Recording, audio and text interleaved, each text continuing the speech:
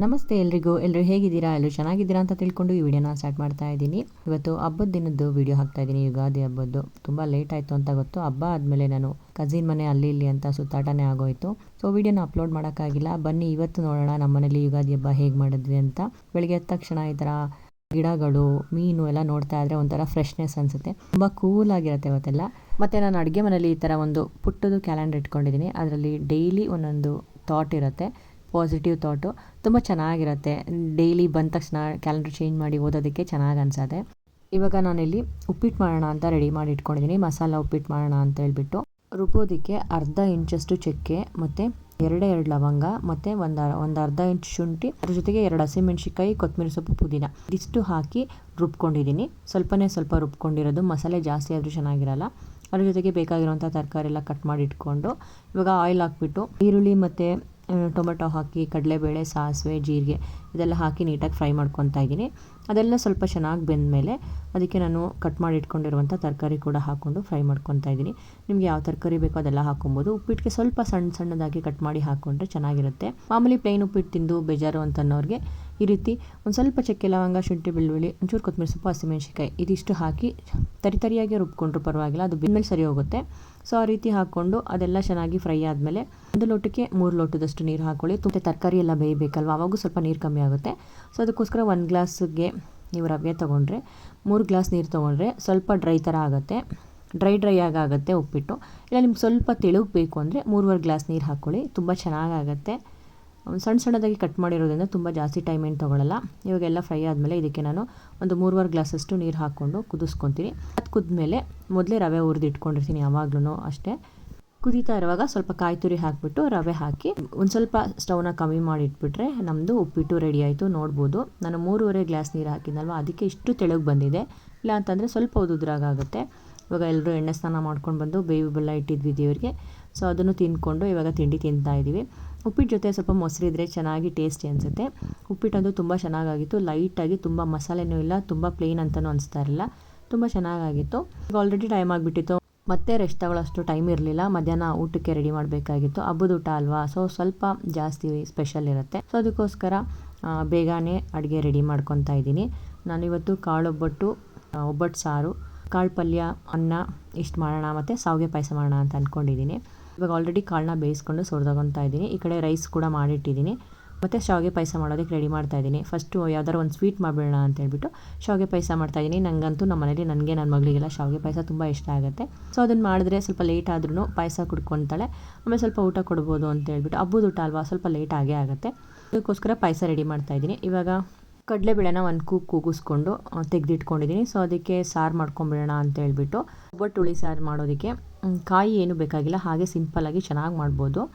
1 ಸ್ಪೂನಷ್ಟು ಜೀರಿಗೆ ಹಾಕ್ಕೊಂಡು ಅದ್ರ ಜೊತೆಗೆ ಒಂದು ಈರುಳ್ಳಿ, 1-2 ಟೊಮೊಟೊ, ಬೆಳ್ಳುಳ್ಳಿ ಇದಿಷ್ಟು ಹಾಕ್ಕೊಂಡು ಜೊತೆಗೆ ಸಾಂಬಾರು ಪುಡಿ 1 ಸ್ಪೂನು ಇದಿಷ್ಟು ಹಾಕ್ಕೊಂಡು ನೀಟಾಗಿ ರುಬ್ಕೊಬೇಕು.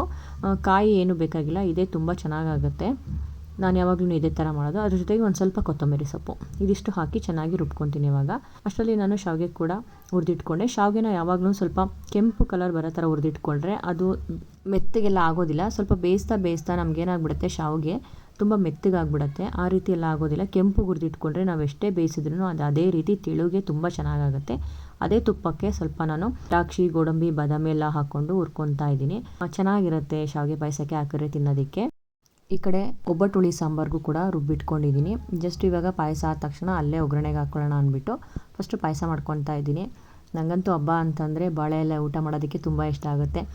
ಬಾಳೆ ಎಲೆ ತುಂಬ ಐಟಮ್ಸ್ ಎಲ್ಲ ಹಾಕ್ಕೊಂಡು ನೀಟಾಗಿ ತಿನ್ನಬೇಕು, ತುಂಬ ಇಷ್ಟ ಆಗುತ್ತೆ. ಯಾಕೆಂದರೆ ಅಪರೂಪಕ್ಕೆ ತಿನ್ನೋದು. ನನ್ನ ಮಗಳಿಗೂ ಅಷ್ಟೇ, ಹಬ್ಬ ಅಂತಂದರೆ ಅಮ್ಮ ಬಾಳೆ ಎಲೆ ಊಟ ಮಾಡೋಣ ಅಂತ ಹೇಳ್ತಾ ಇರ್ತಾಳೆ. ನಮಗೆ ತುಂಬ ಇಷ್ಟ ಆಗುತ್ತೆ. ಸೊ ಅದಕ್ಕೆ 1-2 ಐಟಮ್ ಎಕ್ಸ್ಟ್ರಾ ಇದ್ದರೆ ಚೆನ್ನಾಗಿರುತ್ತೆ ಅಂತ ಹೇಳ್ಬಿಟ್ಟು ಮಾಡ್ತಾಯಿದ್ದೀನಿ. ನನಗೆ ಬಜ್ಜಿ ಅದೆಲ್ಲ ಮಾಡಬೇಕಂತ ಇತ್ತು, ಬಟ್ ನನ್ನ ಚಿಕ್ಕ ಮಗಳು ಎಲ್ಲ ಇದ್ಲಲ್ವ, ಸೊ ಅವಳು ನೋಡಿಕೊಂಡು ಮಾಡೋದಕ್ಕಾಗಲ್ಲ ಅಂದ್ಬಿಟ್ಟು ನಮ್ಮ ಹಸ್ಬೆಂಡ್ ಎಷ್ಟಾಗುತ್ತೋ ಅಷ್ಟು ಮಾಡಮ್ಮ, ಏನು ಪರವಾಗಿಲ್ಲ, ಇಷ್ಟೇ ಸಾಕು, ಒಂದು ಸ್ವೀಟ್ ಇದ್ದರೆ ಆಯಿತು ಹಬ್ಬ ಅಂದಮೇಲೆ ಅಂತ ಹೇಳಿದ್ರು. ಸೊ ಆಯಿತು ಅಂದ್ಬಿಟ್ಟು ಅದಕ್ಕೆ ಫಸ್ಟು ಈಸಿ ಅಂದ್ಬಿಟ್ಟು ಶಾವಿಗೆ ಪಾಯಸ ಮಾಡ್ತಾಯಿದ್ದೀನಿ. ಯಾಕೆಂದರೆ ಒಬ್ಬಟ್ಟು ಕಾಳು ಇವಾಗ ಟೈಮ್ ಆಗ್ತಾಯಿದೆ ಆಲ್ರೆಡಿ. ಒಬ್ಬಟ್ಟನ್ನ ಸಂಜೆ ಮಾಡ್ಕೊಳ್ಳೋಣ ಅಂತ ಹೇಳ್ಬಿಟ್ಟು ಇವಾಗ ಜಸ್ಟ್ ಶಾವಿಗೆ ಪಾಯಸ ಮಾಡ್ಕೊತಾ ಇದ್ದೀನಿ. ಡ್ರೈ ಫ್ರೂಟ್ಸ್ ಎಲ್ಲ ಹುರ್ಕೊಂಡಾಯಿತು. ಸೊ ಅದು ಕೂಡ ಕೆಂಪು ಹುರ್ಕೊಂಡ್ರೆ ತುಂಬ ಟೇಸ್ಟಿಯಾಗಿರುತ್ತೆ, ಕ್ರಿಸ್ಪಿಯಾಗಿ. ಅದಾದಮೇಲೆ ಹಾಲು ತೊಗೊಂಡಿದ್ದೀನಿ. ಹಾಲು ಬಿಸಿ ಆಗ್ತಿದ್ದಂಗೆ ಅದಕ್ಕೆ ಸ್ವಲ್ಪ ಸಕ್ಕರೆ ಹಾಕ್ಬಿಟ್ಟು ಅದು ಕುದ್ಮೇಲೆ ಶಾವಿಗೆ ಆಮೇಲೆ ಡ್ರೈ ಫ್ರೂಟ್ಸು ಇದಿಷ್ಟು ಹಾಕ್ಬಿಟ್ರೆ ನಮ್ಮದು ಪಾಯಸ ರೆಡಿ ಆಗುತ್ತೆ. ಒಂದು ಸ್ಟೀಲ್ ಪಾತ್ರೆ ಇಟ್ಕೊಂಡಿರೋದ್ರಿಂದ ಸ್ವಲ್ಪ ತಳ ಬೇಗ ಕಾದೋಗ್ಬಿಡುತ್ತೆ. ಅದಕ್ಕೋಸ್ಕರ ನಾನು ಸ್ಟವ್ ಕಮ್ಮಿ ಮಾಡಿಬಿಟ್ಟು ಇಲ್ಲ ಸ್ಟವ್ ಆಫ್ ಮಾಡಿಬಿಟ್ಟು ಹಾಲು ಏನಾದರೂ ಹಾಕ್ಕೊತೀನಿ. ಆಮೇಲೆ ಸ್ಟವ್ನ ಹಚ್ಕೊತೀನಿ. ಇಲ್ಲಾಂದರೆ ಫಸ್ಟೇ ಹಚ್ಚಿಟ್ಬಿಟ್ರೆ ನಾನು ಸ್ವಲ್ಪ ಇಡೋದು ಲೇಟ್ ಆದ್ರೂ ಪಾತ್ರೆ ಎಲ್ಲ ಸೀದೋಗ್ಬಿಡುತ್ತೆ. ಸೊ ಅದಕ್ಕೋಸ್ಕರ ನಮ್ಮನೇಲಿ ಸಕ್ಕರೆನ ಈ ರೀತಿ ಸ್ವೀಟ್ಸ್ ಏನಾದರೂ ಮಾಡಿದಾಗ ಯೂಸ್ ಮಾಡೋದು. ಅದರಲ್ಲೂ ಸ್ವೀಟ್ ಅಂದರೆ ನಾವು ಬರೀ ಶಾವಿಗೆ ಪಾಯಸನೇ ಜಾಸ್ತಿ, ಶಾವಿಗೆ ಪಾಯಸ, ಜಾಮೂನು ಈ ರೀತಿ. ಸೊ ಇವತ್ತು ಶಾವಿಗೆ ಪಾಯಸ ಮಾಡ್ತೀವಲ್ಲ, ಇವತ್ತು ಸಕ್ಕರೆ ಯೂಸ್ ಮಾಡ್ತಾಯಿದ್ದೀವಿ. ಹಾಲು ಈ ಥರ ಎಲ್ಲ ಅಂದರೆ ನಾವು ಬೆಲ್ಲನೇ ಜಾಸ್ತಿ ಯೂಸ್ ಮಾಡೋದು. ಇವಾಗ ಹಾಲು ಸ್ವಲ್ಪ ಬಿಸಿ ಆಗಲಿ. ಯುಗಾದಿ ಹಬ್ಬ ನಮ್ಮೆಲ್ಲರಿಗೂ ಹೊಸ ವರ್ಷ, ಈ ವರ್ಷದ ಪ್ರಾರಂಭ. ಸೊ ಎಲ್ರಿಗೂ ಜೀವನದಲ್ಲಿ ಈ ವರ್ಷ ಒಬ್ಬಟ್ಟಿನ ಸಿಹಿನೇ ಇರಲಿ ಅಂತ ದೇವರಲ್ಲಿ ಕೇಳ್ಕೊತೀನಿ. ಇವಾಗ ಹಾಲೆಲ್ಲ ಕುದೀತು. ಸೊ ಅದಕ್ಕೆ ಶಾವಿಗೆನ ಹಾಕೊತಾ ಇದ್ದೀನಿ. ಯಾವಾಗಲೂ ಅಷ್ಟೇ ಇದೊಂದು ಟಿಪ್ನ ಗ್ಯಾಪ್ನ ಇಟ್ಕೊಳ್ಳಿ, ಪಾಯಸ ಅಂತೂ ಸೂಪರಾಗಿ ಬರುತ್ತೆ. ಶಾವಿಗೆನ ತುಂಬ ಕೆಂಪು ಹುರ್ಕೊಳ್ಳಿ, ಆವಾಗ ಅದು ಮೆತ್ತಗಾಗಲ್ಲ, ಬಿಡಿ ಬಿಡಿಯಾಗಿ ಚೆನ್ನಾಗಿರುತ್ತೆ, ಬೆಂದೋಗಂಗಾಗಲ್ಲ. ಮತ್ತು ನನಗೆ ಯಾವಾಗಲೂ ಹೇಗೆ ಅಂದರೆ ಹಾಲು ಜಾಸ್ತಿ ಇರಬೇಕು, ಶಾವಿಗೆ ಕಮ್ಮಿ ಇರಬೇಕು. ಸೊ ಅದಕ್ಕೆ ಹಾಲನ್ನ ಯಾವಾಗಲೂ ಜಾಸ್ತಿ ಇಟ್ಕೊಂಡು ಶಾವಿಗೆನ ಸ್ವಲ್ಪನೇ ಹುರಿದು ಹಾಕ್ಕೊತೀನಿ. ಒಂದು ಚಿಕ್ಕ ಪ್ಯಾಕೆಟ್ ತರಿಸಿದ್ದೆ ಅಷ್ಟೇ. ನಾನು ಇಲ್ಲೇ ಇದ್ದಿದ್ರೆ ಏನೇನು ಬೇಕೋ ಎಲ್ಲ ಬೇಗ ತರಿಸ್ಕೊಬೋದು. ನಾನು ಇವಾಗ ಅಮ್ಮನ ಮನೇಲಿ ಇರೋದ್ರಿಂದ 2 ದಿನ 3 ದಿನ ನಂಗೆ ಬರ್ತೀನಿ ಅಂದಾಗ ಕ್ಲೀನಿಂಗು ಅದೇ ಇದೆ ಆಗ್ಬಿಡುತ್ತೆ, ಏನಿದೆ ಏನಿಲ್ಲ ಅಂತ ಗೊತ್ತಾಗಲ್ಲ. ಅವತ್ತೇ ಏನು ಬೇಕು ಅಂತ ಅರ್ಜೆಂಟಲ್ಲಿ ತರಿಸ್ಕೊತೀನಿ. ಸೊ ಅದಕ್ಕೆ ಎಷ್ಟಾಗುತ್ತೋ ಅಷ್ಟು ಅಲ್ಲೇ ಮಾಡಿಕೊಂಡು ಅಲ್ಲೇ ಮುಗಿಸೋ ಥರ ಪ್ರಿಪ್ರೇಷನ್ ಇರುತ್ತೆ ಯಾವಾಗಲೂ. ಸೊ ಅದಕ್ಕೆ ಇರೋದ್ರಲ್ಲೇ ಅಡ್ಜಸ್ಟ್ ಮಾಡಿ ಮಾಡ್ತಾಯಿದ್ದೀನಿ. ಶಾವಿಗೆ ಪ್ಯಾಕೆಟ್ ಇರಲಿಲ್ಲ, ಒಂದು 10 ರೂಪಾಯಿ ಪ್ಯಾಕೆಟ್ ತರಿಸಿದ್ದೆ. ಸೊ ಅದರಲ್ಲೇ ಮಾಡ್ತಾಯಿದ್ದೆ. ಪ್ಲೇಟಲ್ಲಿ ಸ್ವಲ್ಪ ತುಪ್ಪ ಎಲ್ಲ ಇತ್ತಲ್ವ, ಡ್ರೈ ಫ್ರೂಟ್ಸ್ ಹಾಕಿದ್ದು, ಅದನ್ನು ಏನಕ್ಕೆ ವೇಸ್ಟ್ ಮಾಡಬೇಕು ಅಂತ ಸ್ವಲ್ಪ ಅದಕ್ಕೆ ಬಿಸಿ ಹಾಲು ಹಾಕಿ ತೊಗೊಂಡೆ. ಪಾಯಸ ಕೂಡ ರೆಡಿ ಆಯಿತು. ಇವಾಗ ಒಂದು ಕುದಿ ಬರಬೇಕಷ್ಟೆ, ಆಮೇಲೆ ಮುಚ್ಚಿಟ್ಬಿಟ್ರೆ ಆ ಬಿಸಿಲೇ ಅದು ಕಾಯುತ್ತೆ. ಸೊ ಈ ಕಡೆ ಶಿಫ್ಟ್ ಮಾಡ್ಕೊಂಬೇಡ, ಅದು ಹೇಗಿದ್ರು ರೆಡಿ ಆಯ್ತಲ್ಲ ಅಂದ್ಬಿಟ್ಟು ಈ ಕಡೆ ಸ್ವಲ್ಪ ಕಮ್ಮಿ ಮಾಡಿ ಇಟ್ಟಿದ್ದೀನಿ, ಒಂದು ಕುದಿ ಬರಲಿ ಅಂತ. ಆ ಕಡೆ ಸೈಡು ಸಾಂಬಾರಿಗೆ ಒಗ್ಗರಣೆ ಹಾಕ್ಕೊಬೇಕು. ಇವಾಗ ನಾನು ಮಸಾಲೆ ಎಲ್ಲ ರುಬ್ಬಿಟ್ಕೊಂಡಿದ್ದೀನಲ್ವಾ ಈ ಸಾರಿಗೆ. ಸೊ ಇವಾಗ ಒಗ್ಗರಣೆ ಹಾಕ್ಕೊಂಬೇಡ, ಕಾಳು ನೀರನ್ನ ಹಾಕ್ಕೊಬೇಕು, ಅದೇ ನೀರನ್ನ. ಸಾಂಬಾರು ರೆಡಿ ಆಗುತ್ತೆ. ಸ್ವಲ್ಪ ಒಗ್ಗರಣೆಗೆ ಒಂದು ಸ್ವಲ್ಪ ಎಣ್ಣೆ ಹಾಕಿ ಅದಕ್ಕೆ ಸಾಸಿವೆ, ಜೀರಿಗೆ, ಒಂದು ಈರುಳ್ಳಿ ಇದಿಷ್ಟು ಹಾಕಿ ಫ್ರೈ ಮಾಡಿಬಿಟ್ಟು ನಾವು ರುಬ್ಬಿಟ್ಕೊಂಡಿರುವಂಥ ಮಸಾಲೆ ಹಾಕಿದ್ರೆ ನಮ್ಮದು ಒಬ್ಬಟ್ಟು ಬೇಳೆ ಸಾಂಬಾರು ರೆಡಿ ಆಗುತ್ತೆ. ತುಂಬ ಚೆನ್ನಾಗಿರುತ್ತೆ ಹುಳಿ ಸಾರು. ಯಾವಾಗಲೂ ಅಷ್ಟೇ ಒಬ್ಬಟ್ಟು ಸಾರನ್ನ ಅವತ್ತು ತಿನ್ನೋದಕ್ಕಿಂತ ನೆಕ್ಸ್ಟ್ ಡೇ ತಿಂದರೆ ತುಂಬ ಚೆನ್ನಾಗಿರುತ್ತೆ ಅಂತ ಹೇಳ್ತಾರೆ. ನನಗೂ ಅಷ್ಟೇ ಇಷ್ಟ ಆಗುತ್ತೆ. ಇವಾಗಲೂ ತಿಂತೀನಿ, ನೆಕ್ಸ್ಟ್ ಡೇಗೂ ತಿನ್ನೋದಕ್ಕೆ ಚೆನ್ನಾಗಿರುತ್ತೆ. ಒಬ್ಬಟ್ಟು ಸಿಹಿ ಮತ್ತು ಸಾಂಬಾರು ಹುಳಿ ತುಂಬ ಟೇಸ್ಟಿ ಅಂತ ಅನಿಸುತ್ತೆ. ಇವಾಗ ಒಗ್ಗರಣೆ ಹಾಕಿಬಿಟ್ಟು ಮಸಾಲೆನ ಹಾಕಿದ್ರೆ ನಮ್ಮ ಸಾರು ರೆಡಿ. ಅದ್ರ ಜೊತೆಗೆ ನಾನು ಕಾಳು ಸೋಸಿರೋ ನೀರಿದೆಯಲ್ಲ, ಸೊ ಅದು ಹಾಕ್ಕೊಂಡ್ರೆ ಸಾರು ಗಟ್ಟಿಗೆ ತುಂಬ ಚೆನ್ನಾಗಿ ಬರುತ್ತೆ.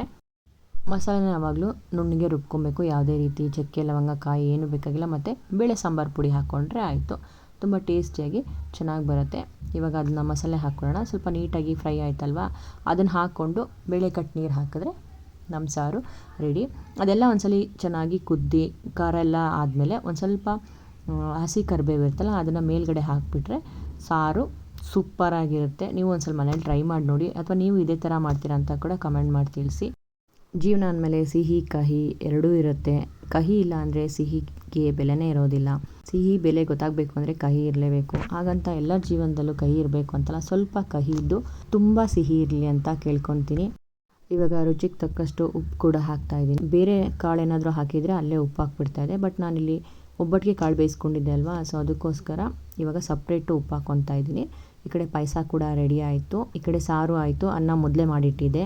ಇವಾಗ ಒಂದು ಕುದಿ ಬಂದುಬಿಟ್ರೆ ಸಾರು ರೆಡಿ. ಸಾರು ಹುಳಿ ಹುಳಿ ಇರುತ್ತಲ್ಲ, ನಂಗೆ ನೋಡಿದಾಗಲೇ ಬಾಯಲ್ಲಿ ನೀರು ಬರ್ತಾ ಇರುತ್ತೆ. ಅದು ಒಂಥರ ಅನ್ನಕ್ಕೆ ಕಲಿಸ್ಕೊಂಡು ತಿಂತಾಯಿದ್ರೇ ಚೆಂದ, ತುಂಬ ರುಚಿಯಾಗಿ ಬರುತ್ತೆ. ನೀವು ಒಂದ್ಸಲಿ ಮನೇಲಿ ಟ್ರೈ ಮಾಡಿ ನೋಡಿ, ಕಾಯಿ ಇಲ್ಲದೇ ತುಂಬ ಟೇಸ್ಟಿಯಾಗಿ ಬರುತ್ತೆ. ಇವಾಗ ನಾನು ಕಾಳನ್ನ ನೆನೆಸಿದ್ದೆ, ಕಡಲೆಕಾಳು ಗೊಜ್ಜು ಮಾಡೋಣ ಅಂದ್ಬಿಟ್ಟು. ಆ್ಯಕ್ಚುಲಿ ನನಗೆ ಫಸ್ಟ್ ಐಡಿಯಾ ಇದ್ದಿದ್ದು ಕಡಲೆಕಾಳು ಸಾಂಬಾರು ಮಾಡಿಬಿಡೋಣ, ಒಬ್ಬಟ್ಟು ಮಾಡೋಣ ಅಂತ. ಬಟ್ ನನ್ನ ತಂಗಿ ಪಲ್ಯ ಮಾಡು ಚೆನ್ನಾಗಿರುತ್ತೆ ಅಂತಂದ್ಲು. ಅದಕ್ಕೋಸ್ಕರ ಕಾಳು ತರಕಾರಿ ಎಲ್ಲ ಕಟ್ ಮಾಡಿ ಇಟ್ಕೊಂಡು ಕಾಳು ಪಲ್ಯ ಮಾಡೋಣ, ಕಾಳು ತರಕಾರಿ ಹಾಕ್ಬಿಟ್ಟು ಗೊಜ್ಜು ಥರ ಮಾಡೋಣ ಅಂತೇಳ್ಬಿಟ್ಟು ರೆಡಿ ಮಾಡ್ತಾಯಿದ್ದೀನಿ. ಸೊ ಅದಕ್ಕೋಸ್ಕರ ಕಾಯಿನ ಕಟ್ ಮಾಡ್ಕೊತಾ ಇದ್ದೀನಿ.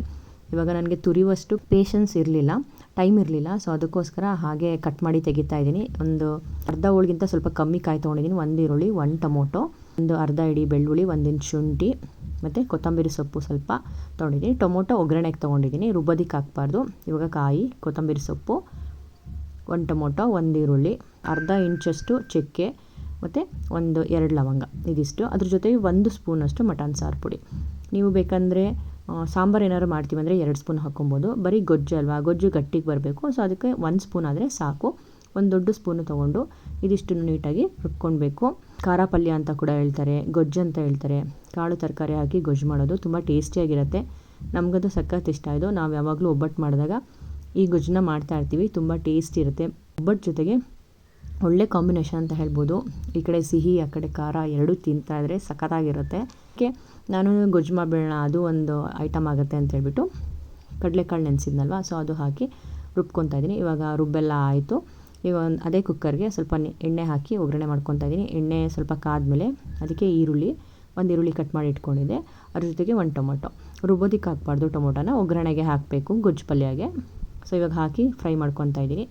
ಈರುಳ್ಳಿ ಟೊಮೊಟೊ ಎರಡೂ ನೀಟಾಗಿ ಫ್ರೈ ಆದಮೇಲೆ ತರಕಾರಿ ಕಟ್ ಮಾಡಿ ಇಟ್ಕೊಂಡಿದ್ದೆ. ಎಲ್ಲ ಥರ ತರಕಾರಿ ಹಾಕ್ಬೋದು. ಕ್ಯಾರೆಟು, ಬೀನ್ಸು, ಗೆಡ್ಡೆಕೋಸು, ಹೂಕೋಸು, ನಿಮ್ಮ ಮನೇಲಿ ಯಾವ ಥರ ತರಕಾರಿ ಅವೈಲಬಲ್ ಇದೆಯೋ, ಬೀನ್ಸು, ಸೊ ಇದೆಲ್ಲ ಕಟ್ ಮಾಡಿ ಹಾಕ್ಕೊಳ್ಳಿ. ಸೊ ನಾನು ಇವಾಗ ಕಡಲೆಕಾಳು ನೆನೆಸಿಟ್ಟಿದ್ನಲ್ವ, ಇದನ್ನ ನಾನು ಬೆಳಗ್ಗೆ ನೆನೆಸಿದೆ. ಮಧ್ಯಾಹ್ನದಷ್ಟರಲ್ಲಿ ಚೆನ್ನಾಗಿ ನೆಂದಿತ್ತು. 5 hours ಆಗಿತ್ತಲ್ಲ. ಇವಾಗ ಒಗ್ಗರಣೆಗೆ ಹಾಕ್ತಾಯಿದ್ದೀನಿ. ಫಸ್ಟು ಕಾಳನ್ನ ಹಾಕ್ಕೊಬೇಕು. ಕಾಳೆಲ್ಲ ಸ್ವಲ್ಪ ಫ್ರೈ ಆದಮೇಲೆ ಆಮೇಲೆ ತರಕಾರಿ ಹಾಕ್ಕೊಂಡು ಫ್ರೈ ಮಾಡಿದ್ರೆ ಆಯಿತು. ಇವಾಗ ಟೊಮೊಟೊ ಹಾಕ್ಕೊತಾ ಇದ್ದೀನಿ. ಟೊಮೊಟೊನ ಸ್ವಲ್ಪ ಫ್ರೈ ಮಾಡ್ಕೊಂಬಿಡೋಣ. ಅಷ್ಟರಲ್ಲಿ ನನ್ನ ಮಗಳು ಬಂದಳು. ಅಮ್ಮ ನನಗೆ ಪಾಯಸ ಬೇಕು, ಪಾಯಸ ಆಯಿತಾ ಅಂತ. ಸೊ ಹೇಗಿದ್ರು ರೆಡಿ ಆಗಿತ್ತಲ್ಲ, ಪಾಪುಗೆ ಪಾಯಸ ಹಾಕ್ಕೊಟ್ಟೆ. ನನಗೂ ಅಷ್ಟೇ ಪಾಯಸ ಮಾಡಿದ ತಕ್ಷಣ ಬಿಸಿಲಿ ತಿನ್ನೋದಕ್ಕೆ ತುಂಬ ಇಷ್ಟ ಆಗುತ್ತೆ. ಬಟ್ ಇವತ್ತು ತುಂಬ ಬ್ಯುಸಿ ಇರೋದ್ರಿಂದ ಸ್ವಲ್ಪ ಟೇಸ್ಟ್ ಮಾಡ್ತಾ ನೋಡಿದೆ ಅಷ್ಟೇ, ಹಾಕ್ಕೊಂಡೆಲ್ಲ ತಿಂದಿಲ್ಲ. ಆಮೇಲೆ ಟೇಸ್ಟ್ ಮಾಡಬೇಕು. ನನಗಂತೂ ಸಖತ್ ಇಷ್ಟ ಆಗುತ್ತೆ ಶಾವಿಗೆ ಪಾಯಸ ಅಂತಂದರೆ. ಯಾವಾಗಾದರೂ ಮಾಡಿ ಯಾವಾಗಾದರೂ ತಿನ್ನೋದಕ್ಕೆ ನಂಗೆ ಸಖತ್ ಇಷ್ಟ. ಈರುಳ್ಳಿ ಟೊಮೊಟೊ ಫ್ರೈ ಆದಮೇಲೆ ಇವಾಗ ಕಡಲೆಕಾಳು ನೆನೆಸಿಟ್ಟಿದ್ನಲ್ಲ, ಅದು ಹಾಕ್ಕೊತಾ ಇದ್ದೀನಿ. ತುಂಬ ಚೆನ್ನಾಗಾಗಿತ್ತು ಗೊಜ್ಜು. ನನಗಂತೂ ಸಖತ್ ಇಷ್ಟ ಆಯಿತು. ಈ ಥರ ಅದನ್ನು ಬೇಕಾದರೆ ಚಪಾತಿ, ದೋಸೆಗೆಲ್ಲ ಯೂಸ್ ಮಾಡ್ಕೊಬೋದು. ತುಂಬ ಟೇಸ್ಟಿಯಾಗಿರುತ್ತೆ. ಈ ರೀತಿ ಸೈಡ್ ಡಿಶ್ ಥರ ಕೂಡ ಮಾಡ್ಕೊಬೋದು. ಇವಾಗ ಈರುಳ್ಳಿ ಟೊಮೊಟೊ ಕಾಳು ಇದಿಷ್ಟು ನೀಟಾಗಿ ಫ್ರೈ ಆಗಿದೆ. ಇದೆಲ್ಲ ಚೆನ್ನಾಗಿ ಫ್ರೈ ಆದಮೇಲೆ ಇವಾಗ ತರಕಾರಿ ಹಾಕ್ಕೊಳ್ಳೋಣ. ಅದು ಕೂಡ ಒಂದು 5-10 ನಿಮಿಷ ಫ್ರೈ ಮಾಡ್ಕೊಬೇಕು ಎಣ್ಣೆಲೆ ಒಂದು ಅರ್ಧ ಕುಕ್ ಆದರೆ ಆಮೇಲೆ ಸ್ವಲ್ಪ ಕುಕ್ಕರ್ ಮುಚ್ಚಿ ಬೇಯಿಸ್ಕೊಂಡ್ರೆ ಮುಗೀತು. ತುಂಬ ಟೇಸ್ಟಿಯಾಗಿ ಬರುತ್ತೆ, ತುಂಬ ಚೆನ್ನಾಗಿರುತ್ತೆ. ನೀವು ಒಂದ್ಸಲ ಟ್ರೈ ಮಾಡಿ ನೋಡಿ. ಈ ಥರ ಹಬ್ಬಗಳಲ್ಲಿ ಪಲ್ಯ ಬೇಕು ಸೈಡ್ಗೆ ಅಂದರೂ ಕೂಡ ಮಾಡ್ಕೊಬೋದು. ಇಲ್ಲ ಚಪಾತಿ, ದೋಸೆ ಈ ರೀತಿ ಕೂಡ ಮಾಡ್ಕೊಬೋದು. ತುಂಬ ಟೇಸ್ಟಿಯಾಗಿ ಬರುತ್ತೆ. ಸ್ವಲ್ಪ ನೀರು ಥರ ಮಾಡಿಕೊಂಡ್ರೆ ಇಡ್ಲಿ ಕೂಡ ಆಗುತ್ತೆ. ಎಲ್ಲದಕ್ಕೂ ಚೆನ್ನಾಗಿರುತ್ತೆ. ಟ್ರೈ ಮಾಡಿ ನೋಡಿ. ಒಂದು ಸ್ವಲ್ಪ ಎಲ್ಲ ತಿರುವೋಣ ಅಂತೇಳ್ಬಿಟ್ಟು, ನನಗೆ ಸೌಟಲ್ಲಿ ತಿರ್ಗೋಕ್ಕಿಂತ ಈ ಥರ ಕುಕ್ಕರ್ನ ಈ ಥರ ಟ್ವಿಸ್ಟ್ ಮಾಡಿದ್ರೆ ಚೆನ್ನಾಗಿ ಮಿಕ್ಸ್ ಆಗುತ್ತೆ. ಸೊ ಅದೇ ರೀತಿ ನಾನು ಯಾವಾಗಲೂ ತರಕಾರಿ, ಕಾಳು ಎಲ್ಲ ಮಿಕ್ಸ್ ಮಾಡ್ಕೊಳ್ಳೋದು. ಇವಾಗೆಲ್ಲ ಒಂದ್ಸಲ ನೀಟಾಗಿ ಫ್ರೈ ಆಗಿದೆ. ಇವಾಗ ರುಬ್ಕೊಂಡಿದ್ನಲ್ಲ ಮಸಾಲೆ, ಸೊ ಅದನ್ನು ಹಾಕೊಂಬಿಡೋಣ. ಇವಾಗ ನಾನಿಲ್ಲಿ ಸಾಂಬಾರಿಗೆ ಹಸಿ ಕರಿಬೇವನ್ನ ಹಾಕಿದೆ. ಬಿಸಿಲೇ ಹಾಕಿದ್ರೆ ಸಾರು ಟೇಸ್ಟಿಯಾಗಿ ಬರುತ್ತೆ ಅಂತೇಳ್ಬಿಟ್ಟು, ಒಗ್ಗರಣೆಗೆ ಹಾಕೋದಕ್ಕಿಂತ ಈ ರೀತಿ ಸಾಂಬಾರಿಗೆ ಡೈರೆಕ್ಟಾಗಿ ಹಾಕಿದ್ರೆ ಫ್ಲೇವರ್ ಚೆನ್ನಾಗಿರುತ್ತೆ ಕರಿಬೇವುದು ಹುಳಿ ಸಾರಿಗೆ. ಇವಾಗ ಮಸಾಲೆ ಹಾಕ್ಕೊಂಡು ಗೊಜ್ಜನ್ನ ತಿರ್ಕೊತಾ ಇದ್ದೀನಿ. ಸ್ವಲ್ಪ ಮಸಾಲೆ ಇದಾದಮೇಲೆ ಜಾಸ್ತಿ ನೀರು ಹಾಕ್ಕೊಬಾರ್ದು. ಜಾರಿಗೆ 1 ಲೋಟದಷ್ಟು ನೀರು ಹಾಕ್ಕೊಂಡು ತಿರ್ಕೊಂಡು ಅದನ್ನು ಹಾಕ್ಕೊಂಡ್ರೆ ಅಷ್ಟೇ ಸಾಕು. ತುಂಬ ಜಾಸ್ತಿ ಹಾಕ್ಬಿಟ್ರೆ ಸಾರು ಥರ ಆಗಿಬಿಡುತ್ತೆ. ಅದಕ್ಕೆ 1 ಲೋಟದಷ್ಟು ನೀರು ಹಾಕ್ಕೊಂಡು ಜಸ್ಟು ಒಂದು ಸ್ವಲ್ಪ ತೆಳು ಗೊಜ್ಜು ಥರ ಗೊತ್ತಾಗುತ್ತಲ್ವ, ಅಷ್ಟು ಇರುವಷ್ಟು ಹಾಕ್ಕೊಂಡು 2 ಕೂಗು ಬರ್ಸ್ಕೊಂಡ್ರೆ ಸಾಕು. ನೀಟಾಗಿ ಚೆನ್ನಾಗಿ ಕೂಗುತ್ತೆ. ರುಚಿಗೆ ತಕ್ಕಷ್ಟು ಉಪ್ಪು ಹಾಕ್ತಾಯಿದ್ದೀನಿ. ಸೊ ಇವಾಗ ನಮ್ಮದು ಕಾಳು ಗೊಜ್ಜು ರೆಡಿ ಆಗುತ್ತೆ. ಮೀಡಿಯಮ್ ಫ್ಲೇಮ್ ಇಟ್ಕೊಂಡು 2 ಕೂಗು ಬರ್ಸಿದ್ರೆ ಸಾಕಾಗುತ್ತೆ. ಐ ಫ್ಲೇಮೆಲ್ಲ ಇಟ್ಟರೆ ಸ್ವಲ್ಪ ತಳ ಹಿಡ್ಬಿಡುತ್ತೆ. ಅದಕ್ಕೋಸ್ಕರ ಈ ಕಾಳು ಗೊಜ್ಜಂತೂ ತುಂಬ ಟೇಸ್ಟಿಯಾಗಿರುತ್ತೆ. ನೀವು ಕೂಡ ಒಂದ್ಸಲ ಮನೇಲಿ ಟ್ರೈ ಮಾಡಿ ನೋಡಿ. ಒಬ್ಬಟ್ಟು ಅಂದ್ಬಿಟ್ಟು ಇನ್ನೆಲ್ಲ ಅಡುಗೆನೂ ರೆಡಿ ಆಯಿತು. ಅಷ್ಟರಲ್ಲಿ ಕಾಳು ವಿಜಿಲ್ ಕೂಡ ಬಂತು. ಅದನ್ನು ಆಫ್ ಮಾಡಿಬಿಟ್ಟು ಅದು ಆರೋಷ್ಟರಲ್ಲಿ ಸ್ವಲ್ಪ ಮಜ್ಜಿಗೆ ರೆಡಿ ಮಾಡೋಣ ಅಂದ್ಬಿಟ್ಟು ರೆಡಿ ಮಾಡ್ತಾಯಿದ್ದೀನಿ. ನಮ್ಮ ಮನೇಲಿ ಯಾವಾಗಲೂ ಮಜ್ಜಿಗೆ ಇರಲೇಬೇಕು. ಅದರಲ್ಲಿ ಈ ಬೇಸಿಗೆಗಾಲದಲ್ಲಂತೂ ಖಂಡಿತ ಎಲ್ರಿಗೂ ಬೇಕೇ ಬೇಕು. ಸೊ ಅದಕ್ಕೋಸ್ಕರ ಸ್ವಲ್ಪ ಮಜ್ಜಿಗೆನೂ ಕೂಡ ರೆಡಿ ಮಾಡ್ಕೊತಾ ಇದ್ದೀನಿ. ಊಟಗಳಿಗಿಂತ ಇವಾಗ ಜಾಸ್ತಿ ನೀರಿನ ಅಂಶನೇ ಕೇಳುತ್ತೆ. ಸೊ ಅದಕ್ಕೋಸ್ಕರ ಆದಷ್ಟು ನೀರಿರುವಂಥ ಹಣ್ಣುಗಳು, ಮಜ್ಜಿಗೆ, ಪಾನಕ, ನೀರು ಈ ಥರ ತೊಗೊಂಡ್ರೆ ಒಳ್ಳೆಯದು. ನೋಡಿ ನಮ್ಮದು ಕಾಳು ಗೊಜ್ಜು ಎಷ್ಟು ಚೆನ್ನಾಗಿ ರೆಡಿ ಆಗಿದೆ ಅಲ್ವಾ. ಕರೆಕ್ಟ್ ಕನ್ಸಿಸ್ಟೆನ್ಸಿ ಬಂದಿದೆ. ಅಲ್ಲಿ ಗೊಜ್ಜು ರೆಡಿ ಆಯಿತು. ಇಲ್ಲಿ ಪಾಯಸ ಮತ್ತು ಮಜ್ಜಿಗೆ, ಬೇಳೆ ಕಟ್ಸಾರು, ಅನ್ನ. ಸೊ ಇದಿಷ್ಟು ರೆಡಿಯಾಗಿದೆ. ಸೊ ಇವಾಗ ಊಟ ಮಾಡಬೇಕು. ಬಾಳೆ ಎಲೆ ಕೂಡ ತೊಳೆದಿಟ್ಟಿದ್ದೀವಿ. ನಮ್ಮ ಮನೇಲೆ ಬಾಳೆ ಗಿಡ ಇರೋದ್ರಿಂದ ಎಲೆಗೇನು ಪ್ರಾಬ್ಲಮ್ ಇಲ್ಲ. ಕಟ್ ಮಾಡಿ ಇಟ್ಕೊಂಡು ಎಲ್ಲ ಅಲ್ಲೇ ಇಟ್ಕೊಂಡು ಊಟ ತಿಂತಾಯಿದ್ದೀವಿ. ಚಿಕ್ಕ ಮಗಳಂತೂ ಎಲ್ಲ ಚೆಲ್ತಾ ಇದ್ದಾಳೆ. ಅವಳಿಗೆ ಸ್ವಲ್ಪ ಅಭ್ಯಾಸ ಆಗಲಿ ಅಂದ್ಬಿಟ್ಟು ಅವಳಿಗೆ ಹಾಕ್ಕೊಟ್ಟಿದ್ದೀವಿ. ಈಗ ನಾವೇನಾದರೂ ಅವಳಿಗೆ ಎಲೆ ಕೊಟ್ಟಿಲ್ಲ ಅಂದರೆ ನಮ್ಮದೆಲ್ಲ ಎಲೆ ಎಳೆಯೋಕ್ಕೆ ಬರ್ತಾಳೆ. ಸೊ ಅದಕ್ಕೆ ಅವಳಿಗೂ ಸಪ್ರೇಟ್ ಕೊಟ್ಟು ಕೂರಿಸಿದ್ದೀವಿ ತಿನ್ನಲಿ ಅಂತೇಳಿ. ಅದೇ ರೀತಿ ಮಕ್ಕಳು ಅಭ್ಯಾಸ ಆಗ್ತಾರೆ. ಇವತ್ತು ನಮ್ಮ ಮನೆ ದೇವ್ರ ಪೂಜೆ. ಇವತ್ತು ನಮ್ಮ ಹಸ್ಬೆಂಡೇ ಪೂಜೆ ಮಾಡಿರೋದು. ಅದಕ್ಕೆ ಸಿಂಪಲ್ಲಾಗಿ ಅವ್ರ ಕೈಲಿ ಹೇಗಾಗುತ್ತೋ ಹಾಗೆ ಮಾಡಿದ್ದಾರೆ. ಅಡುಗೆ ಡಿಪಾರ್ಟ್ಮೆಂಟ್ ನಾನು ತೊಗೊಂಡಿದ್ದೆ. ಸೊ ಇವಾಗ ಎಲ್ಲರದ್ದು ಊಟ ಆಯಿತು. ತುಂಬ ಖುಷಿ ಆಯಿತು. ನನ್ನ ಮಗಳಿಗಂತೂ ಸಖತ್ ಇಷ್ಟ ಆಯಿತು ಬಾಳೆ ಎಲೆ ಮೇಲೆ ಊಟ ಮಾಡಿದ್ದು. ಜೊತೆಗೆ ಮಜ್ಜಿಗೆ ಅನ್ನ ತಿಂದಾಗ ಟೇಸ್ಟ್ ಇರಲ್ಲ, ಸಮಾಧಾನ ಆಗಲ್ಲ. ಏನಕ್ಕೆ ಅಂದರೆ ಬಾಳೆ ಎಲೆ ಅಲ್ವಾ, ಎಲ್ಲ ಹರ್ಕೊಂಡ್ಬಿಡುತ್ತೆ. ಸ್ವಲ್ಪ ಹಾಕ್ಕೊಂಡಿದ್ವಿ. ಗ್ಲಾಸಲ್ಲಿ ಹಾಕ್ಕೊಂಡು ಕುಡಿಯೋಣ ಅಂದ್ಬಿಟ್ಟು ಸ್ವಲ್ಪ ಮಜ್ಜಿಗೆ ಮತ್ತು ಪಾಯಸ ತೊಗೊಂಡೋಗ್ತಾ ಇದ್ದೀನಿ. ಪಾಯಸ ಬೇಕಂದರೆ ಪಾಯಸ ಕುಡಿಬೋದು, ಇಲ್ಲ ಮಜ್ಜಿಗೆ ಕುಡಿಬೋದು. ಸೊ ಎಲ್ಲ ತೊಗೊಂಡೋಗಿ ಇಟ್ಕೊತಾ ಇದ್ದೀನಿ. ಇವಾಗ ನೋಡ್ಬೋದು ನೀವು ಪಾಯಸ ನೋಡಿ ಎಷ್ಟು ಚೆನ್ನಾಗಿ ಬಂದಿದೆ ನೋಡಿ, ಒಂಚೂರು ಬೆಂದೋದಂಗೆ ಆಗಲ್ಲ. ಆ ರೀತಿ ಕೆಂಪು ಹುರ್ಕೊಳ್ಳಿ. ಹಾಲಲ್ಲಿ ಹಾಕಿದ್ಮೇಲೆ ಅದು ಕೆಂಪು ಕಾಣೋದಿಲ್ಲ, ನಾರ್ಮಲ್ ಕಲರೇ ಕಾಣುತ್ತೆ. ಒಂಚೂರು ಬೆಂದೋದಂಗೆ ಆಗಲ್ಲ, ಮೆತ್ತಗೆಲ್ಲ ಆಗಲ್ಲ, ತುಂಬ ಚೆನ್ನಾಗಿ ಬಿಡಿ ಬಿಡಿಯಾಗಿ ಇರುತ್ತೆ. ಬನ್ನಿ ಮಜ್ಜಿಗೆ ಬಿಟ್ಟು ಪಾಯಸನ ಟೇಸ್ಟ್ ನೋಡೋಣ. ಪಾತ್ರೆ ಎಲ್ಲ ಇವಾಗ ತೊಳೆಯೋಷ್ಟು ಟೈಮ್ ಇಲ್ಲ, ಸ್ವಲ್ಪ ರೆಸ್ಟ್ ಮಾಡಬೇಕು ಅದೇನಿದ್ರು ಆಮೇಲೆ. ಜೊತೆಗೆ ಒಂದು ಮೂವಿ ಕೂಡ ನೋಡ್ತಾ ಇದ್ದೀವಿ, ಎಲ್ಲರೂ ಮನೇಲಿದ್ವಲ್ಲ, ಸೊ ಸ್ವೀಟ್ನ ತಿನ್ಕೊಂಡು ಹಾಗೆ ಮೂವಿ ನೋಡೋಣ ಅಂದ್ಬಿಟ್ಟು ಮೂವಿ ನೋಡ್ತಾ ಇದ್ದೀವಿ. ನಿಮ್ಗೆ ಈ ಥರ ಟೈಮ್ ಸಿಕ್ಕಿದಾಗ ನಮಗೆಲ್ರಿಗೂ ಒಟ್ಟಿಗೆ ಕೂತ್ಕೊಂಡು ಮೂವಿ ನೋಡೋದಕ್ಕೆ ತುಂಬ ಇಷ್ಟ ಆಗುತ್ತೆ. ಅದೆಲ್ಲ ಮೂವಿ ಎಲ್ಲ ನೋಡಿ ಸ್ವಲ್ಪ ರೆಸ್ಟ್ ಮಾಡಾದ್ಮೇಲೆ ಸಂಜೆ ಸ್ವಲ್ಪ ಗಿಡ ಎಲ್ಲ ಹಾಕೋಣ ಅಂತ ಅಂದ್ಬಿಟ್ಟು ಬಂದ್ವಿ. ಹೇಗಿರು ಮನೇಲಿದ್ವಲ್ಲ, ಮತ್ತೆ ಅಡುಗೆ ಮಾಡೋದೆಲ್ಲ ಏನಿಲ್ಲ, ಮಾಡಿಕೊಂಡ್ರೆ ಸ್ವಲ್ಪ ಮುದ್ದೆ ಮಾಡ್ಕೊಬೇಕಷ್ಟೇ, ಇಲ್ಲ ಅನ್ನ ಸಾಂಬಾರೆಲ್ಲ ಅದೇ ಇದೆ. ಅದಕ್ಕೋಸ್ಕರ ಗಿಡಗಳನ್ನ ಹಾಕೋಣ, ಒಂದಷ್ಟು ಗಿಡಗಳನ್ನ ತೊಗೊಂಡು ಬಂದಿದ್ವಿ. ಅಮ್ಮನ ಮನೆ ಹತ್ರದಿಂದನೂ ತೊಗೊಂಬಂದಿದ್ದೆ, ಒಂದು ಸ್ವಲ್ಪ ಈಚೆ ಕಡೆ ತಂದಿದ್ವಿ. ಅದು ಯಾವುದೂ ಹಾಕಿರಲಿಲ್ಲ, ಸೊ ಅದಕ್ಕೆ ಎಲ್ಲನೂ ಮಣ್ಣಿಗೆ ಹಾಕೋಣ ಅಂದ್ಬಿಟ್ಟು ಪಾಟ್ಗಳೆಲ್ಲ ಮನೇಲೇ ಇತ್ತು, ಎಲ್ಲ ಹಾಕೋಣ ಅಂತ ತೊಗೊಂಡು ಬಂದಿದ್ದೀವಿ. ನಮ್ಮ ಮನೆಯವರೆಲ್ಲ ಮಿಕ್ಸ್ ಮಾಡಿಕೊಡ್ತಾ ಇದ್ದಾರೆ, ಗೊಬ್ಬರ ಮಣ್ಣು ಎಲ್ಲ ಮೂಟೆಲೇ ಇದೆ. ಸೊ ಎಲ್ಲೂ ಏನೂ ಹೋಗೋಂಗಿಲ್ಲ, ಎಲ್ಲ ಇಲ್ಲೇ ಇತ್ತಲ್ಲ, ನೀಟಾಗಿ ಮಿಕ್ಸ್ ಮಾಡ್ಕೊಳ್ಳೋಣ, ನೀರಿಗೆ ಹಾಕೋಣ ಅಂದ್ಬಿಟ್ಟು ಎಲ್ಲ ಗಿಡಗಳೆಲ್ಲ ಹಾಕೋಣ ಅಂತ ಹಾಕ್ತಾಯಿದ್ದೀವಿ. ಕೆಲವು ಗಿಡಗಳು ಸತ್ತೋಗ್ತಾ ಇದೆ, ಸೊ ಅದನ್ನೆಲ್ಲ ರಿಪ್ಲೇಸ್ ಮಾಡಬೇಕು. ಒಂದಷ್ಟು ಗಿಡಗಳು ಬರ್ತಾಯಿದೆ, ನೋಡಬೇಕು, ಇನ್ನೂ ಬೇಸಿಗೆ ಇರೋದ್ರಿಂದ ಆ ರೀತಿ ಆಗ್ತಾಯಿದೆಯಾ ಏನೋ ಗೊತ್ತಾಗ್ತಾ ಇಲ್ಲ. ಅದೆಲ್ಲ ಕೆಲಸ ಮುಗಿಸ್ಕೊಂಡ್ಮೇಲೆ ಸಂಜೆ ಆಯಿತು, ಸ್ವಲ್ಪ ಒಬ್ಬಟ್ಟು ಮಾಡೋಣ ಅಂದ್ಬಿಟ್ಟು ಎಲ್ಲ ರೆಡಿ ಮಾಡ್ಕೊತಾ ಇದ್ದೀನಿ. ಮೈದಾ ಹಿಟ್ಟನ್ನ ಕಲಸಿಟ್ಟಿದ್ದೆ, ಮತ್ತು ಕಾಳಿಗೆ ಸ್ವಲ್ಪ ಕಾಯಿ ಬೆಲ್ಲ ಎಲ್ಲ ಹಾಕ್ಕೊಂಡು ಸ್ವಲ್ಪ ಹುರಿದ್ಬಿಟ್ಟು. ಆ ಥರ ಉರಿಯೋದೇನಕ್ಕೆ ಅಂತಂದರೆ ಅದು ಬೇಗ ಹಾಳಾಗೋದಿಲ್ಲ, ಕಾಳೊಬ್ಬಟ್ಟು ಬೇಗ ಹಾಳಾಗಿಬಿಡುತ್ತೆ. ಅದಕ್ಕೋಸ್ಕರ ಸ್ವಲ್ಪ ಬಿಸಿ ಮಾಡಿ ಆಮೇಲೆ ಪುಡಿ ಮಾಡಿಕೊಂಡ್ರೆ ಬೇಗ ಹಾಳಾಗೋದಿಲ್ಲ, ನಾಳೆ ಕೂಡ ತಿನ್ಬೋದು, ಚೆನ್ನಾಗಿರುತ್ತೆ. ಸೊ ಅದಕ್ಕೋಸ್ಕರ ಅದನ್ನ ಆ ಥರ ಮಿಕ್ಸಿ ಮಾಡಿಕೊಂಡು ಸ್ವಲ್ಪ ನೀರು ಹಾಕ್ತೆ, ಹಾಗೆ ನುಣ್ಣಗೆ ಮಿಕ್ಸಿ ಮಾಡ್ಕೊಂಡಿದ್ದೀನಿ. ಇವಾಗ ಉಂಡೆ ಮಾಡಿಟ್ಕೊಂಡು ಸ್ವಲ್ಪ ಮೈದಾ ಹಿಟ್ಟ ತೊಗೊಂಡು ಅದರಲ್ಲಿ ಉಂಡೆ ಕಟ್ಕೊತಾ ಇದ್ದೀನಿ. ಫಸ್ಟು ಕಾಳನ್ನ ಎಲ್ಲ ನೀಟಾಗಿ ಉಂಡೆ ಕಟ್ಟಿಟ್ಕೊಂಡ್ಬಿಟ್ಟಿದ್ದೆ. ಈಗ ಮೈದಾ ಹಿಟ್ಟನ್ನ ಸ್ವಲ್ಪ ತೊಗೊಂಡು ಕೈಗೆ ಎಣ್ಣೆ ಸವರ್ಕೊಂಡು ಅದರಲ್ಲಿ ಮೈದಾ ಹಿಟ್ಟು ತೊಗೊಂಡು ಅದರಲ್ಲಿ ಹೂರ್ಣನ ಹಾಕಿ ಉಂಡೆ ಮಾಡ್ಕೊತಾ ಇದ್ದೀನಿ. ನಾನು ಇದೇ ಫಸ್ಟ್ ಟೈಮು ಕಾಳು ಒಬ್ಬಟ್ಟು ಮಾಡ್ತಾ ಇರೋದು, ತುಂಬ ಚೆನ್ನಾಗಿ ಬರ್ತಾಯಿದೆ. ನಾನೇನು ಅಡುಗೆಯಲ್ಲಿ ತುಂಬ ಪ್ರವೀಣೆ ಅಂತ ಹೇಳೋದಕ್ಕಾಗಲ್ಲ, ಸೊ ಇಂಟ್ರೆಸ್ಟ್ ಕೊಟ್ಟು ಮಾಡಿರೋದ್ರಿಂದ ತುಂಬ ಚೆನ್ನಾಗಿ ಬಂತು. ನನಗೆ ಖುಷಿ ಆಯಿತು, ಪರವಾಗಿಲ್ಲ ಒಬ್ಬಟ್ಟೆಲ್ಲ ಚೆನ್ನಾಗಿ ಬರ್ತಾಯಿದೆ, ಏನೂ ಕಿತ್ತೋಗಿಲ್ಲ ಅಂತ. ಯಾರೇ ಆದ್ರೂ ಅಷ್ಟೇ ಆರಾಮಾಗಿ ಟ್ರೈ ಮಾಡಿ, ಇಂಟ್ರೆಸ್ಟಿಂದ ಮಾಡಿದ್ರೆ ಎಲ್ಲನೂ ಚೆನ್ನಾಗಿ ಬರುತ್ತೆ. ನಾನು ಅದೇ ರೀತಿ ಮಾಡಬೇಕು ಅಂದಾಗ ಇಲ್ಲ ಇದು ಮಾಡಬೇಕು ಚೆನ್ನಾಗಿ ಬರುತ್ತೆ ಅಂದ್ಕೊಂಡು ಮಾಡಿದ್ರೆ ಖಂಡಿತವಾಗ್ಲೂ ಚೆನ್ನಾಗಿ ಬರುತ್ತೆ. ಸೊ ಒಬ್ಬಟ್ಟು ಅಷ್ಟೇ, ಕಾಳು ಒಬ್ಬಟ್ಟು ತುಂಬ ಚೆನ್ನಾಗಿ ಬಂತು. ಸ್ವಲ್ಪ ರುಬ್ಬುವಾಗ ಗಟ್ಟಿಗೆ ರುಬ್ಬಬೇಕು, ನೀರೆಲ್ಲ ಹಾಕೊಬಾರ್ದು, ಆವಾಗ ಒಬ್ಬಟ್ಟು ಏನೂ ಆಗೋದಿಲ್ಲ. ಅಷ್ಟು ಈ ರೀತಿ ಸಣ್ಣ ಸಣ್ಣದಾಗಿ ಉಂಡೆ ಮಾಡಿ ಇಟ್ಕೊಂಡ್ಬಿಟ್ಟು ಆಮೇಲೆ ಮೈದಾ ಹಿಟ್ಟಲ್ಲಿ ಕವರ್ ಮಾಡಿದ್ರೆ ಆಯಿತು, ತುಂಬ ಚೆನ್ನಾಗಿ ಬರುತ್ತೆ. ಸ್ವಲ್ಪ ಎಣ್ಣೆ ಹಾಕ್ಕೊಂಡು ಕೈಗೆ ರೀತಿ ಅಗಲ ಮಾಡಿಕೊಂಡು ಆಮೇಲೆ ನಾವು ಕಟ್ಟಿರುವಂಥ ಉಂಡೆನ ಹಾಕ್ಕೊಂಡ್ರೆ ಆಯಿತು. ಹೂರ್ಣ ಕಾಳೊಬ್ಬಟ್ಟಲ್ವ, ನಾವು ಫಸ್ಟ್ ಮಾಡುವಾಗಲೇ ಒಂದೆರಡು ಉಂಡೆ ಖಾಲಿ ಮಾಡಿದ್ವಿ. ಚೆನ್ನಾಗಿರುತ್ತೆ ಕಾಳೊಬ್ಬಟ್ಟು ಹಾಗೆ ಹೂರ್ಣ ತಿನ್ನೋದಕ್ಕೆ. ನಮ್ಮನೇಲೆಲ್ಲ ಕೆಲವು ಸಲ ಆ ರೀತಿಯೇ ಮಾಡ್ತಾರೆ, ತಟ್ಟಿಲ್ಲ ಅಂದರೆ ಹೂರ್ಣ ಮಾಡಿಬಿಟ್ಟು ಕೊಟ್ಬಿಡ್ತಾರೆ ಎಲ್ರಿಗೂ, ತಿನ್ನಿ ಚೆನ್ನಾಗಿರುತ್ತೆ ಅಂತ ಹೇಳ್ಬಿಟ್ಟು. ನಾನು ಒಂದು ಲೋಟ ಕಾಳಿಗೆ ಒಂದು 12 ಉಂಡೆ ಆಗಿತ್ತು, ಅದರಲ್ಲಿ ಒಂದೆರಡು ಉಂಡೆ ಖಾಲಿ ಮಾಡಿದ್ವಿ, ಒಂದು 10 ಒಬ್ಬಟ್ಟು ಆಯಿತು. ತುಂಬ ಚೆನ್ನಾಗಿ ಬಂದಿತ್ತು, ನಂಗೆ ಸಖತ್ ಖುಷಿ ಆಯಿತು. ಫಸ್ಟ್ ಟೈಮ್ ಟ್ರೈ ಮಾಡಿದ್ರು ಕಾಳೊಬ್ಬಟ್ಟು ಚೆನ್ನಾಗಿ ಬಂತು ಅಂತ ಹೇಳ್ಬಿಟ್ಟು. ಯಾರ ಹತ್ರನೂ ಹೇಳಿಸ್ಕೊಂಡಿಲ್ಲ, ಈ ಸಲ ನಾನೇ ಯೋಚನೆ ಮಾಡಿ ಇದೇ ರೀತಿ ಮಾಡೋದು ಅಂತ ಹೇಳ್ಬಿಟ್ಟು ಮಾಡಿದೆ, ತುಂಬ ಚೆನ್ನಾಗಿ ಬಂತು. ಸೊ ಇವಾಗ ಉಂಡೆ ಎಲ್ಲ ಕಟ್ಟಾಗಿದೆ, ಕಾವಲಿ ಕೂಡ ಇಟ್ಟಿದ್ದೀನಿ ಕಾಯೋದಕ್ಕೆ ಅಂತ ಹೇಳ್ಬಿಟ್ಟು. ಸೊ ಇವಾಗ ಅದ್ರ ಮೇಲೆ ತಟ್ಟಿ ಹಾಕಬೇಕು.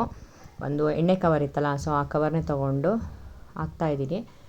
ಚೆನ್ನಾಗಿ ಕಾಯ್ದಿರಬೇಕು, ಮೀಡಿಯಮ್ ಮಾಡ್ಕೊಂಬಿಟ್ಟು ಸ್ಟವ್ನ ಇವಾಗ ಹಾಕಿ ಫಸ್ಟು ಎಣ್ಣೆ ಸವರ್ಕೊಂಬಿಟ್ಟು ಹಾಕಿದ್ರೆ ಒಂಚೂರು ಕಿತ್ತೋಗಲ್ಲ, ತುಂಬ ಚೆನ್ನಾಗಿ ಬರುತ್ತೆ. ಯಾವಾಗಲೂ ಅಷ್ಟೇ ಒಬ್ಬಟ್ಟು ಕಮ್ಮಿ ಫ್ಲೇಮ್ ಇಟ್ಕೊಂಡು ಬೇಯಿಸ್ಕೋಬೇಕು, ತುಂಬ ಉರಿ ಮಾಡಿಬಿಟ್ರೆ ಅದು ಮೇಲೆಲ್ಲ ಸೀದೋಗ್ಬಿಡುತ್ತೆ, ಒಳಗಡೆ ಒಂಚೂರು ಬೆಂದಿರಲ್ಲ. ಅದಕ್ಕೋಸ್ಕರ ಮೀಡಿಯಮ್ ಫ್ಲೇಮು ಅಥವಾ ಲೋ ಫ್ಲೇಮ್ ಇಟ್ಕೊಂಡು ಆಮೇಲೆ ಬೇಯಿಸ್ಕೊಬೇಕು, ಆವಾಗ ಚೆನ್ನಾಗಿ ಬೇಯುತ್ತೆ. ಎರಡು ಕಡೆ ಎರಡೆರಡು ಸಲ ಬೇಯಿಸ್ಕೊಂಡ್ರೆ ನಮ್ಮ ಒಬ್ಬಟ್ಟು ರೆಡಿ. ನನಗಂತೂ ಸಖತ್ ಖುಷಿ ಆಯಿತು ಒಬ್ಬಟ್ಟು ಮಾಡಿ. ಕಾಳೊಬ್ಬಟ್ಟು ಅವಾಗೆಲ್ಲ ನಾವು ಚಿಕ್ಕವರಿರುವಾಗ ಸರಿಯಾಗಿ ಬರೋಲ್ಲ ಕಾಳೊಬ್ಬಟ್ಟು, ತೆಳುವಾಗ್ಬಿಡ್ತು, ಕಿತ್ತೋಗ್ಬಿಡ್ತಾ ಇದೆ ಅಂತೆಲ್ಲ ಹೇಳ್ತಾಯಿದ್ರು. ಅದನ್ನೆಲ್ಲ ನೋಡಿದ್ದೆ ನಾನು. ಈ ಥರ ತಿಂಡಿ ವಿಷಯಗಳಲ್ಲಿ ತುಂಬ ಮಿಸ್ಟೇಕ್ಸ್ ಆಗ್ತಾಯಿತ್ತು ಅಂತ ಹೇಳ್ತಾಯಿದ್ರು. ಬಟ್ ನನಗೂ ಅದೇ ಭಯ ಇತ್ತು. ಬಟ್ ಇತ್ತೀಚೆಗೆ ಇರಲಿ ಟ್ರೈ ಮಾಡೋಣ, ನೋಡೋಣ ಏನೂ ಆಗಲ್ಲ ಅಂಥೇಳಿ ಸ್ವಲ್ಪ ಧೈರ್ಯ ಮಾಡಿರೋದ್ರಿಂದ ತುಂಬ ತಿಂಡಿಗಳನ್ನ ನಾನೇ ಮಾಡ್ತಾಯಿದ್ದೀನಿ. ಫಸ್ಟ್ ಟೈಮ್ ಮಾಡಿದ್ರೂ ತುಂಬ ಚೆನ್ನಾಗಿ ಬರ್ತಾಯಿದೆ. ಯಾರೇ ಆದ್ರೂ ಅಷ್ಟೇ ಫಸ್ಟ್ ಟೈಮ್ ಟ್ರೈ ಮಾಡ್ತಾಯಿದ್ದೀವಿ ಅಂತ ಹೆದ್ರುಕೊಳ್ಳೋದೇನು ಬೇಕಾಗಿಲ್ಲ, ಮನಸ್ಸಿಟ್ಟು ಮಾಡಿದ್ರೆ ಎಲ್ಲನೂ ಚೆನ್ನಾಗಿ ಬರುತ್ತೆ. ಏನೋ ಹೇಳ್ತಾರಲ್ಲ, ಕಲಿಯೋ ತನಕ ಬ್ರಹ್ಮವಿದ್ಯೆ, ಕಲ್ತ ಮೇಲೆ ಕೋತಿ ವಿದ್ಯೆ ಅಂತ. ಯಾವುದೇನೂ ಅಷ್ಟೇ ಇಂಟ್ರೆಸ್ಟಿಂದ ಮಾಡಬೇಕು ಅಂತ ಮಾಡಿದಾಗ ಎಲ್ಲನೂ ಚೆನ್ನಾಗಿ ಬರುತ್ತೆ. ಫಸ್ಟ್ ಟೈಮ್ ಮಾಡಿದ್ರೂ ಚೆನ್ನಾಗಿ ಬರುತ್ತೆ. ಟ್ರೈ ಮಾಡಿ ನೀವು ಮನೇಲಿ. ಒಂದ್ಸಲಿ ಮಾಡಿ ಧೈರ್ಯ ಬಂದುಬಿಟ್ರೆ ಏನೇ ಮಾಡೋದಕ್ಕೂ ಇನ್ನು ನೆಕ್ಸ್ಟ್ ಬೇರೆದು ಮಾಡೋದಕ್ಕೂ ಖುಷಿ ಆಗುತ್ತೆ. ತಲೆ ಕೆಡಿಸ್ಕೊಬಾರ್ದು, ಆರಾಮಾಗಿ ಮಾಡಬೇಕಷ್ಟೆ. ನನಗಂತೂ ಖುಷಿ ಆಯಿತು ಒಬ್ಬಟ್ಟು ಮಾಡಿದ್ದು, ತುಂಬ ಚೆನ್ನಾಗಿ ಕೂಡ ಬಂದಿತ್ತು. ನೀವು ಯಾವ ರೀತಿ ಒಬ್ಬಟ್ಟು ಮಾಡಿದ್ರಿ? ಇವತ್ತು ಕಾಯಿ ಒಬ್ಬಟ್ಟು ಮಾಡಿದ್ರೆ ಕಾಳು ಒಬ್ಬಟ್ಟು ಮಾಡಿದ್ರೆ, ಕೆಲವ್ರು ಕಾಯಿ ಒಬ್ಬಟ್ಟು ಕೂಡ ಮಾಡ್ತಾರೆ. ಬಟ್ ಹಬ್ಬಕ್ಕೆ ಬೇಳೆ ಒಬ್ಬಟ್ಟೇ ಮಾಡೋದು. ಕೆಲವರು ಬೇಳೆ ಒಬ್ಬಟ್ಟು ಮಾಡೋದಕ್ಕೆ ಸ್ವಲ್ಪ ಗಟ್ಟಿಯೆಲ್ಲ ಮಾಡ್ಕೊಬೇಕಲ್ವ, ಮಾಡೋದಕ್ಕಾಗಲ್ಲ ಅಂತ ಕಾಯಿ ಒಬ್ಬಟ್ಟು ಈಸಿ ಅಂತ ಹೇಳ್ಬಿಟ್ಟು ಕಾಯಿ ಒಬ್ಬಟ್ಟು ಮಾಡ್ತಾರೆ. ಸೊ ನನಗೆ ಈ ರೀತಿ ತಟ್ಟು ಹಾಕೋದಕ್ಕೆ ತುಂಬ ಇಷ್ಟ. ತುಂಬ ಚೆನ್ನಾಗಿ ಬರ್ತಾಯಿದೆ, ರೌಂಡಕ್ಕೆ ಒಂಥರ ಒಂಚೂರು ಕಿತ್ತೋಗಿಲ್ಲ, ಎಳೆ ಎಳೆ ಥರ ಎಷ್ಟು ನೀಟಾಗಿ ಬಂದಿತ್ತು ಗೊತ್ತಾ. ನನಗೆ ಒಂಥರ ಆಶ್ಚರ್ಯ, ಖುಷಿ ಕೂಡ, ಚೆನ್ನಾಗಿ ಬಂತು ಇಷ್ಟು ಬೇಗ ಮಾಡಿದ್ರು ಅಂತ. ಅದೇನೆಂದರೆ ಪ್ರೀತಿಯಿಂದ ಮಾಡಿದ್ರೆ ಎಲ್ಲನೂ ಚೆನ್ನಾಗಿ ಬರುತ್ತೆ. ನೋಡಿ ಇವಾಗ ಒಬ್ಬಟ್ಟು ರೆಡಿ ಆಯಿತು.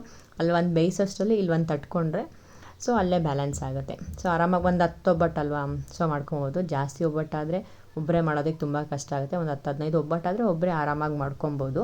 ಒಬ್ಬಟ್ಟು ಮಾಡುವಾಗ ಅದು 2 ಟಿಪ್ ನೀವು ಉಪಯೋಗಿಸ್ಬೇಕು. ಒಂದು, ನೀವು ರುಬ್ಬೋದಕ್ಕಿಂತ ಮುಂಚೆ ಕಾಳು, ಬೆಲ್ಲ ಮತ್ತು ಕಾಯಿ ಹಾಕ್ಕೊತೀರಲ್ವ, ಒಂದು ಹೋಳು ಕಾಯಿ ಹಾಕ್ಕೊಂಡಿದ್ದೆ, ಒಂದು ಲೋಟ ಬೇಳೆ ಮತ್ತು ಒಂದು ಲೋಟ ಬೆಲ್ಲ, ಇದಿಷ್ಟು ಹಾಕ್ಕೊಂಡು ಪುಡಿ ಮಾಡಿ ಹಾಕ್ಕೊಂಡು ಬೆಲ್ಲನ ನೀಟಾಗಿ ಬಿಸಿ ಥರ ಮಾಡ್ಕೊಂಬಿಟ್ಟೆ. ಆಮೇಲೆ ಅದು ಆರಿದ್ಮೇಲೆ ಮಿಕ್ಸಿ ಮಾಡಿಕೊಂಡೆ. ಯಾಕಂದರೆ ಆ ರೀತಿ ಮಾಡಿದಾಗ ಒಬ್ಬಟ್ಟು ಬೇಗ ಹಾಳಾಗಲ್ಲ, ಬೇಳೆ ಒಬ್ಬಟ್ಟು. ಅದ್ರ ಜೊತೆಗೆ ನಾವು ರುಬ್ಬುವಾಗ ಒಂದು ಸ್ವಲ್ಪ ಕೂಡ ನೀರು ಹಾಕ್ಕೊಬಾರ್ದು, ನಿಧಾನಕ್ಕೆ ರುಬ್ಕೊಬೇಕು.